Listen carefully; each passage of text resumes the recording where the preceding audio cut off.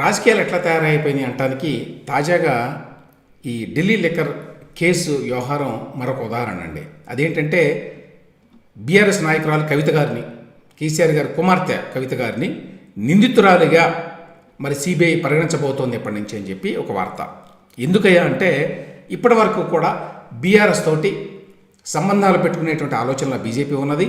అందువల్ల ఆవిడని ఇప్పటివరకు కూడా సాక్షిగా మాత్రమే పరిగణిస్తూ వచ్చారు. ఇప్పుడు మాత్రం ఆవిడని నిందితురాలుగా చేర్చారు అని చెప్పి వచ్చిందండి వార్త. ఢిల్లీ మద్యం కేసులో ఇప్పటిదాకా ఆమెను సాక్షిగా పరిగణించిన సిబిఐ ఇప్పుడు అప్రూవ్ రాఘవరెడ్డి ఇచ్చిన సమాచారంతో నిందితురాలుగా మార్పు చేశారు అని చెప్తున్నారు. సో ఇదే కేసులో త్వరలో ఢిల్లీ సీఎం కేజ్రీవాల్ని అరెస్ట్ చేసే అవకాశం, అదే సమయంలో కవిత అరెస్ట్ కూడా అని క్వశ్చన్ మార్క్ పెట్టారు ఆంధ్రజ్యోతి వారు. ఎందుకయ్యా అంటే బీఆర్ఎస్ పట్ల బీజేపీ వైఖరి మారిన దృష్ట్యానే ఈ పరిణామాలు అంటండి.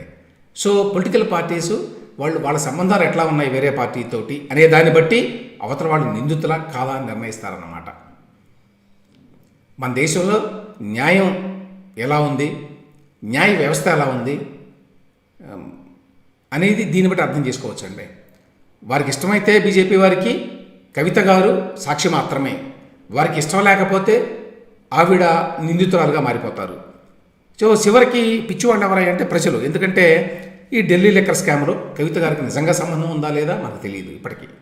ఎందుకంటే ఇందులో ఉన్నటువంటి ఈ రాజకీయ కోణం కారణంగా ఎప్పుడైతే రాజకీయ కోణం ఉందో అప్పుడు ప్రజలకు ఏమీ అర్థం కాదు. నిజంగా ఆవిడ తప్పు చేసిందా, తప్పు చేయలేదా, తప్పు చేయకపోయినా రాజకీయ కారణాలతోటి ఆవిడ్ని నిందితురాలుగా ఈ కేసులో పెట్టారా తెలీదు. సో 41A కింద నోటీసులు ఇచ్చారండి. ఇప్పటిదాకా 3-4 సార్లు ఆవిడ వెళ్ళలేదు సాక్షిగా పిలిచారు కాబట్టి. కానీ ఇప్పుడు నిందితురాలుగా పిలిచారు కాబట్టి ఖచ్చితంగా వెళ్లాల్సిందే. వెళ్ళకపోతే అరెస్ట్ చేసేటువంటి అవకాశం ఉంటుంది. వెళ్ళినా కూడా 41A కింద ఆవిడని ప్రశ్నించిన తర్వాత ఆవిడని అరెస్ట్ చేయొచ్చు అని చెప్పి చెప్తున్నారు. ఈ నేపథ్యంలో ఏంటంటే కేసీఆర్ గారు ఈ మధ్యకాలంలో మరి బీజేపీ తోటి ఏదో సంబంధం పెట్టుకోవాలని చెప్పి ఆలోచిస్తున్నాడు లోక్సభ ఎన్నికల కోసం వార్తలు. అందుకోసం ఢిల్లీ వెళదామని చెప్పి కూడా అనుకున్నట్ట, వెళ్ళేటువంటి ప్రయత్నాల్లో ఉన్నట్ట కేసీఆర్ గారు. ఇప్పుడు ఈ సరికొత్త పరిణామాలతోటి ఆయన తన ఢిల్లీ పర్యటనని రద్దు చేసుకున్నారట. అది వార్త.